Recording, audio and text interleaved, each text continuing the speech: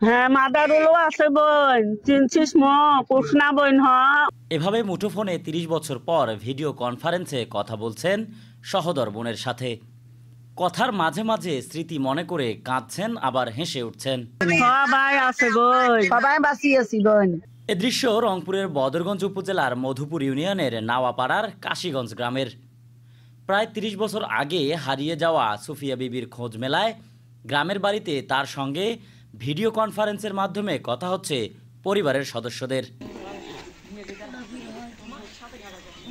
সুফিয়া বিবির সহোদর বোন মাহমুদা বলছেন, ১৮ থেকে ২০ বছর বয়সে পারিবারিকভাবে বিয়ে হলে ২ সন্তান ছেড়ে বাড়ি থেকে নিখোঁজ হন সুফিয়া। খোঁজাখুঁজির পরেও কোনো সন্ধান না পেয়ে তাকে মৃত বলে জানত সবাই।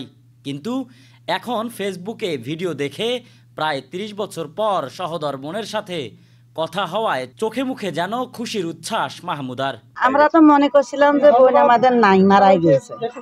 তো এখন এই যে এতদিন পরে যে সাংবাদিকেরা এই যে এই ছবি দিয়েছে ইউটিউবে দিয়ে, তো এই যে ছবি দেখিয়ে এখন নিয়ে জানলাম যে আমার বোন আশেপাশে।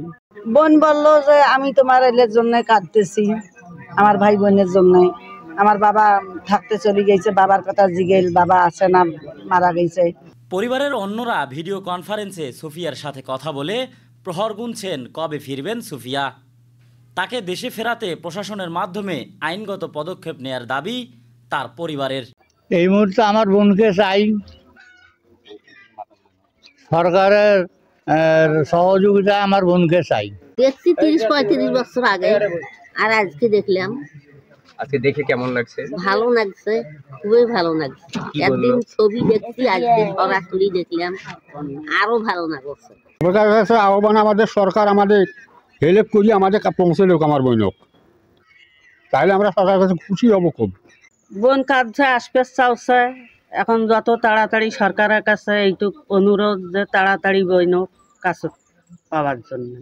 বহু বছর কোনো হদিশ না থাকা সুফিয়া বিবির পরিবারের সাথে যোগাযোগ করে দেয়া দেশে ফেরা নামে স্বেচ্ছাসেবী গ্রুপের সদস্য জয়নাল আবেদিন বলছেন, বিভিন্নভাবে এক দেশ থেকে অন্য দেশে গিয়ে নিখোঁজ বা পাচার হওয়াদের নিজ দেশের স্বজনদের কাছে ফিরিয়ে দিতে সাক্ষাৎকার প্রকাশ করি।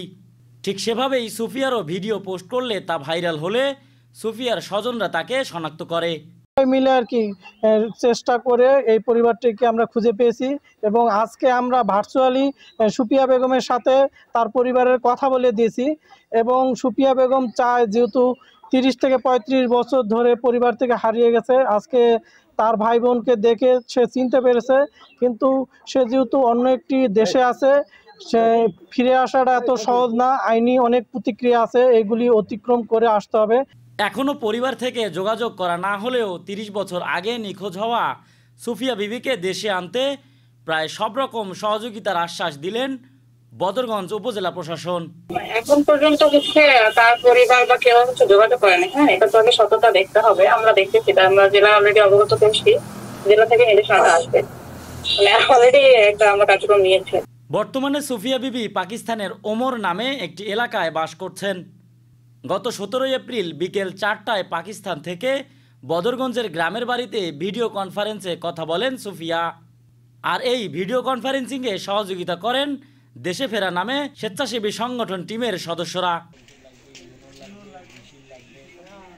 এ কে এম সুমন, সকালের বাণী, রংপুর।